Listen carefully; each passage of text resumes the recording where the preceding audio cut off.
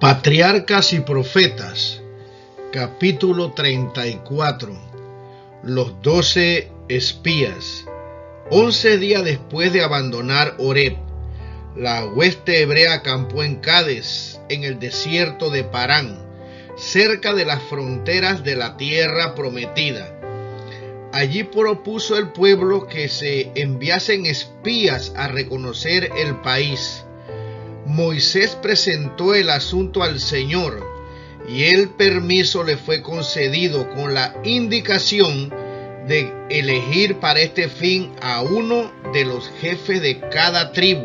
Los hombres fueron elegidos según lo ordenado, y Moisés les mandó que fuesen y viesen el país, cómo era y cuáles eran su situación y ventajas naturales, qué pueblos moraban allí, si eran fuertes o débiles, muchos o pocos, y asimismo que observasen la clase de tierra y su productividad, y que trajesen frutos de ella. Fueron pues, y entrando por la frontera meridional, procedieron hacia el extremo septentrional y reconocieron toda la tierra. Regresaron después de una ausencia de 40 días. El pueblo abrigaba grandes esperanzas y aguardaba en anhelosa expectación. Las noticias del regreso de los espías cundieron de una tribu a otra y fueron recibidas con exclamación de regocijo. El pueblo salió apresuradamente al encuentro de los mensajeros que habían regresado sanos y salvos a pesar de los peligros de su arriesgada empresa. Los espías habían traído muestra de frutos que revelaban la fertilidad de la tierra. Era la estación de las uvas y traían un racimo tan grande que lo habían de transportar entre dos. También habían traído muestra de los higos y las granadas que se cosechaban allí en abundancia. El pueblo se llenó de alborozo ante la perspectiva de entrar en posesión de una tierra tan buena, y escuchó atentamente los informes presentados a Moisés para que no se le escapara una sola palabra. Nosotros llegamos a la tierra a la cual nos enviaste, principiaron a decir los espías, la que ciertamente fluye leche y miel, y este es el fruto de ella. Número 13, versículo 17 al 33. El pueblo se llenó de entusiasmo, ansiaba obedecer la voz del Señor e ir inmediatamente a tomar posesión de la tierra. Pero después de describir la hermosura y la fertilidad de la tierra, todos los espías, menos 2 de ellos, explicaron ampliamente las dificultades y los peligros que arrostraría Israel si emprendía la conquista de Canaán. Enumeraron las naciones poderosas que había en las distintas partes del país y dijeron que las ciudades eran muy grandes y amuralladas, que el pueblo que vivía allí era fuerte y que sería imposible vencerlo. También manifestaron que habían visto gigantes, los hijos de Anac, en aquella región, y que era inútil pensar en apoderarse de la tierra. Entonces cambió la escena. Mientras los espías expresaban los sentimientos de sus corazones incrédulos y llenos de un desaliento causado por Satanás, la esperanza y el ánimo se fueron trocando en cobarde desesperación. La incredulidad arrojó una sombra lóbrega sobre el pueblo, y éste se olvidó de la omnipotencia de Dios, tan a menudo manifestada en favor de la nación escogida. El pueblo no se detuvo a reflexionar ni razonó que aquel que lo había llevado hasta allí le daría ciertamente la tierra. No recordó cuán milagrosamente Dios los había librado de sus opresores, abriéndole paso a través de la mar y destruyendo las huestes del faraón que los perseguían. Hizo caso omiso de Dios y obró como si debiera depender únicamente del poder de las armas. En su incredulidad, los israelitas limitaron el poder de Dios y desconfiaron de la mano que hasta entonces los había dirigido felizmente. Volvieron a cometer el error de murmurar contra Moisés y Aarón. Este es pues el fin de todas nuestras esperanzas, dijeron. Esta es la tierra para cuya posesión hicimos el largo viaje desde Egipto. Acusaron a sus jefes de engañar al pueblo y de atraer tribulación sobre Israel. El pueblo estaba desilusionado y desesperado. Se elevó un llanto de angustia que se entremezcló con el confuso murmullo de las voces. Caleb comprendió la situación y, lleno de audacia para defender la palabra de Dios, hizo cuanto pudo para contrarrestar la influencia maléfica de sus infieles compañeros. Calló el pueblo un momento para escuchar sus palabras de aliento y esperanza con respecto a la buena tierra. No contradijo lo que ya se había dicho. Las murallas eran altas y los cananeos eran fuertes, pero Dios había prometido la tierra a Israel. Subamos luego y poseámosla, insistió Caleb, que más podremos que ella. Pero los 10, interrumpiéndole, pintaron los obstáculos con colores aún más sombríos que antes. No podremos subir contra aquel pueblo, dijeron, porque es más fuerte que nosotros. Todo el pueblo que vimos en medio de ella son hombres de grande estatura. También vimos allí gigantes, hijos de Anac, raza de los gigantes, y éramos nosotros a nuestro parecer como langostas, y así le parecíamos a ellos. Estos hombres, habiéndose iniciado en una conducta errónea, se opusieron tercamente a Caleb y Josué, así como a Moisés y a Dios mismo. Cada paso que daban hacia adelante los volvía más obstinados. Estaban resueltos a desalentar todos los esfuerzos tendientes a obtener la posesión de Canaán. Tergiversaron la verdad para apoyar su funesta influencia.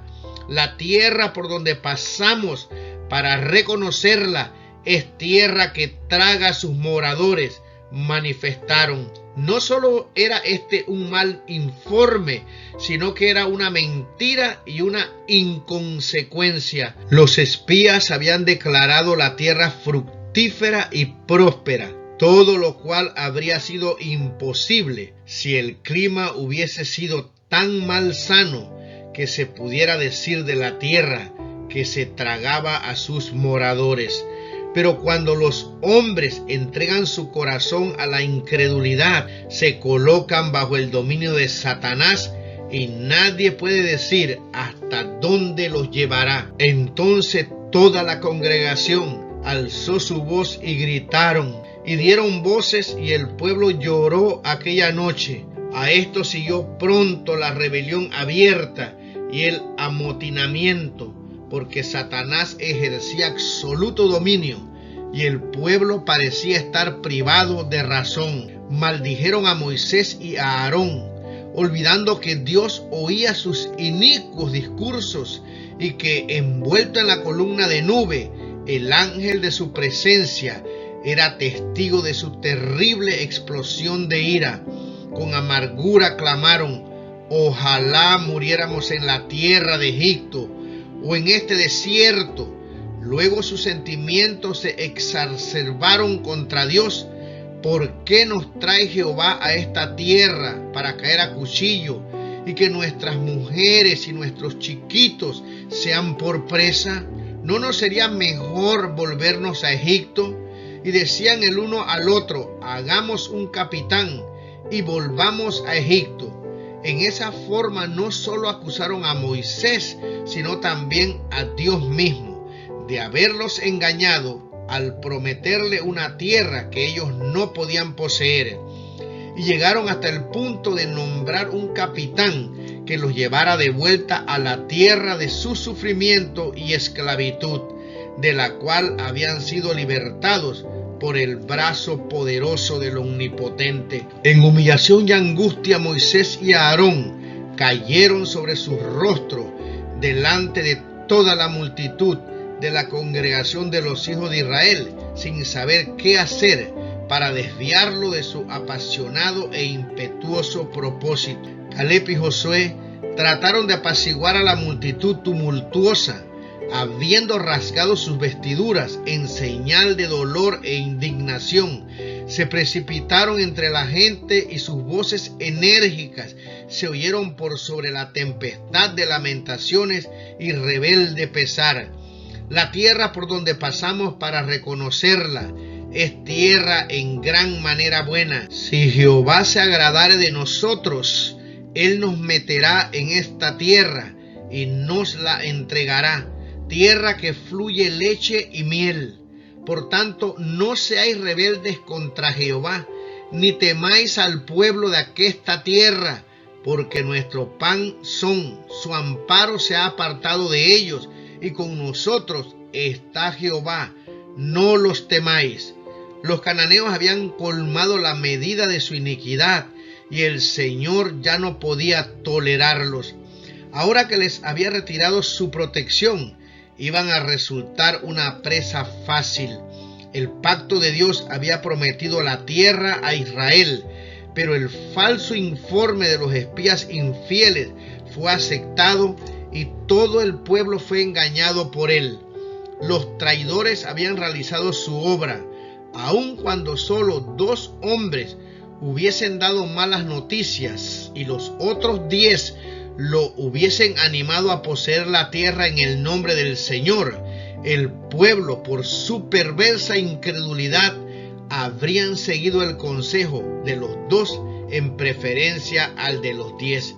Pero eran solo 2 los que abogaban por lo justo, mientras que 10 estaban de parte de la rebelión. A grandes voces los espías infieles denunciaban a Caleb y a Josué, y se elevó un clamor para pedir que se les apedreara, haciendo el populacho enloquecido piedras para matar a aquellos hombres fieles. Se precipitó hacia adelante gritando frenéticamente, cuando de repente las piedras se les cayeron de las manos y temblando de miedo enmudeció. Dios había intervenido para impedir su propósito homicida. La gloria de su presencia, como una luz fulgurante, iluminó el tabernáculo. Todo el pueblo presenció la manifestación del Señor. Uno más poderoso que ellos se había revelado y ninguno osó continuar la resistencia. Los espías que trajeron el informe perverso se arrastraron aterrorizados y con respiración entrecortada en busca de sus tiendas. Moisés se levantó entonces y entró en el tabernáculo.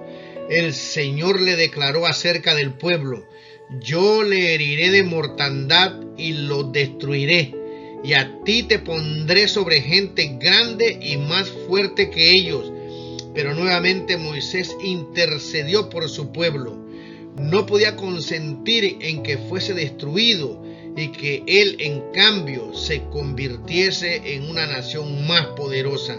Apelando a la misericordia de Dios, dijo: ahora pues, yo te ruego que sea magnificada la fortaleza del Señor, como lo hablaste, diciendo: Jehová tardo de ira y grande en misericordia, que perdona la iniquidad y la rebelión. Perdona ahora la iniquidad de este pueblo, según la grandeza de tu misericordia, y como has perdonado a este pueblo desde Egipto hasta aquí. El Señor prometió no destruir inmediatamente a los israelitas, pero a causa de la incredulidad y cobardía de ellos, no podía manifestar su poder para subyugar a sus enemigos. Por consiguiente, en su misericordia, les ordenó que como única conducta segura regresarán al Mar Rojo. En su rebelión el pueblo había exclamado: ojalá muriéramos en este desierto. Ahora se les había de conceder lo pedido. El Señor declaró: vivo yo, que según habéis hablado a mis oídos, así haré yo con vosotros. En este desierto caerán vuestros cuerpos, todos vuestros contados según toda vuestra cuenta, de 20 años arriba, los cuales habéis murmurado contra mí.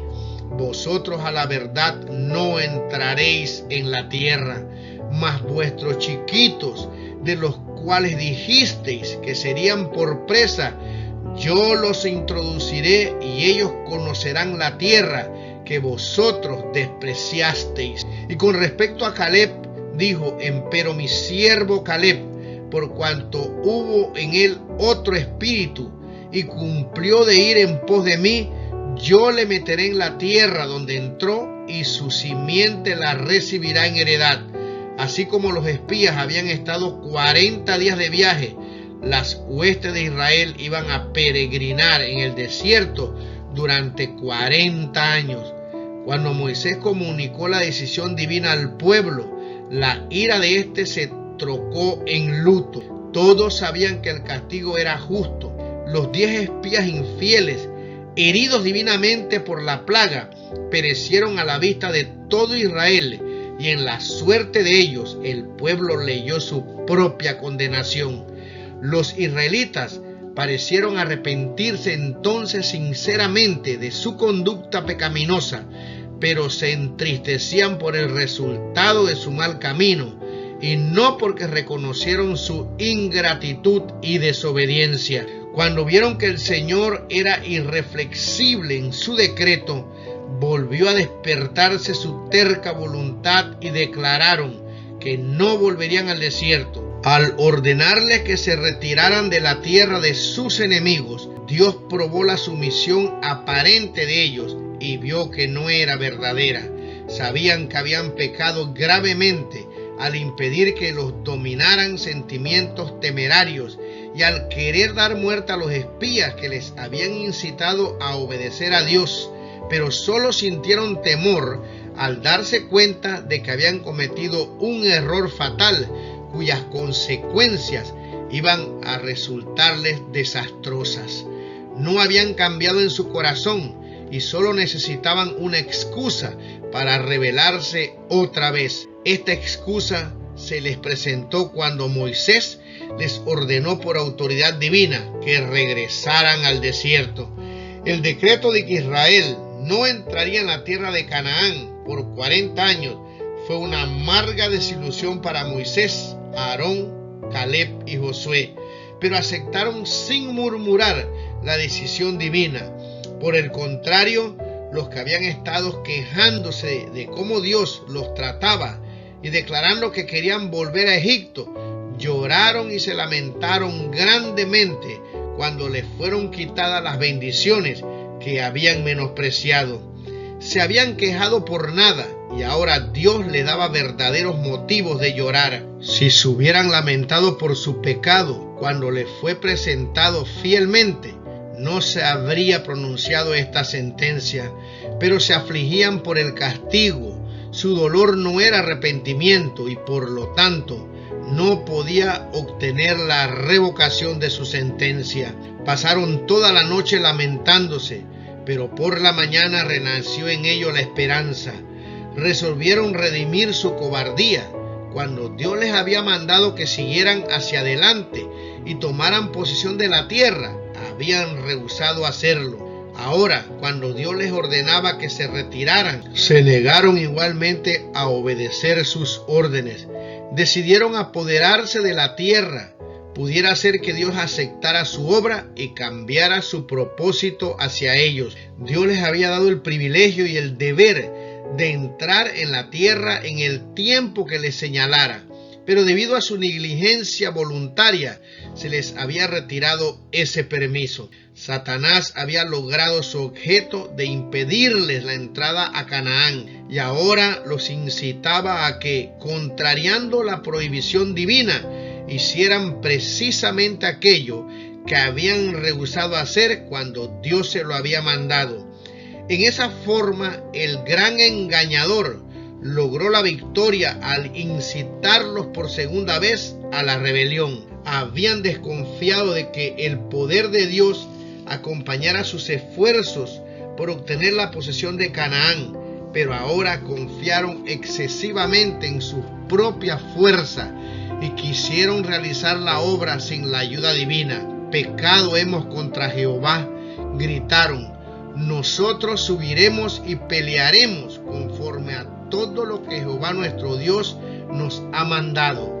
Deuteronomio 1, versículo 41. Cuán terriblemente enceguecidos los había dejado su transgresión. Jamás les había mandado el Señor que subieran y pelearan. No quería Él que obtuvieran posesión de la tierra por la guerra, sino mediante la obediencia estricta a sus mandamientos. Aunque sin sufrir el menor cambio de corazón, el pueblo había confesado cuán inicua y estúpida había sido su rebelión. Ahora veían el valor de la bendición que tan impetuosamente habían desechado. Confesaron que su propia incredulidad era la que les había vedado la entrada a Canaán. Pecado hemos contra Jehová, dijeron, y reconocieron que la culpa era de ellos y no de Dios, a quien tan inicuamente habían acusado de no cumplir las promesas que les hiciera. A pesar de que su confesión no provenía de un arrepentimiento verdadero, sirvió para vindicar la justicia con que Dios los había tratado. Aún hoy obra el Señor en forma similar para glorificar su nombre e inducir a los hombres a reconocer su justicia. Cuando los que profesan amarle se quejan de su providencia, menos aprecian sus promesas y cediendo a la tentación se unen a los ángeles malos para hacer fracasar los propósitos de Dios. Con frecuencia el Señor predomina sobre las circunstancias de tal manera que trae a estas personas al punto donde, aunque no se hayan arrepentido de corazón, se convencerán de que son pecadoras y se verán obligadas a reconocer la maldad de su camino y la justicia y la bondad con que las trató Dios. Así es como Dios crea medios de contrarrestar y hacer manifiestas las obras de las tinieblas. Y a pesar de que el espíritu que incitó a aquellas personas a seguir su impía conducta no ha cambiado radicalmente, ellas hacen confesiones que vindican el honor de Dios y justifican a aquellos que las reprendieron fielmente y a quienes resistieron y calumniaron. Así será cuando por fin se derrame la ira de Dios, cuando el Señor venga con sus santos millares a hacer juicio contra todos y a convencer a todos los impíos de entre ellos tocante a todas sus obras de impiedad. Judas 14 y 15. Todo pecador se verá compelido a ver y reconocer la justicia de su condenación. Despreciando la sentencia divina, los israelitas se prepararon para emprender la conquista de Canaán. Equipados con armaduras y armas de guerra, se creían plenamente apercibidos para el conflicto, pero a la vista de Dios y de sus siervos entristecidos, adolecían de una triste deficiencia. Cuando casi 40 años más tarde el Señor les ordenó a los israelitas que subieran y tomaran Jericó, prometió acompañarlos. El arca que contenía su ley era llevada delante de sus ejércitos. Los jefes que él designara habían de dirigir sus movimientos bajo la dirección divina. Con tal dirección ningún daño podía sucederle, pero ahora, contrariando el mandamiento de Dios y la solemne prohibición de sus jefes, sin el arca y sin Moisés, salieron al encuentro de los ejércitos enemigos. La trompeta dio un toque de alarma y Moisés se apresuró en pos de ellos con la advertencia: ¿por qué quebrantáis el dicho de Jehová? Esto tampoco os sucederá bien. No subáis, porque Jehová no está en medio de vosotros. No seáis heridos delante de vuestros enemigos, porque el amalecita y el cananeo están allí delante de vosotros y caeréis a cuchillo. Los cananeos habían oído hablar del poder misterioso que parecía guardar este pueblo y de las maravillas obradas en su favor, y reunieron un ejército poderoso para rechazar a los invasores. El ejército atacante no tenía jefe, Ninguna oración se elevó para pedir a Dios que le diese la victoria. Emprendió la marcha con el propósito desesperado de revocar su suerte o morir en la batalla. Aunque no tenía preparación guerrera alguna, constituía una multitud inmensa de hombres armados que esperaban aplastar toda oposición mediante un feroz y repentino asalto. Presuntuosamente desafiaron al enemigo, que no había osado atacarlos. Los cananeos se habían establecido en una meseta rocallosa, a la cual solo se podía llegar por pasos difíciles de transitar y un ascenso escarpado y peligroso. El número inmenso de los hebreos solo podía servir para hacer más terrible su derrota. Lentamente fueron cubriendo los senderos del monte, expuestos a las mortíferas armas arrojadizas del enemigo que estaba arriba.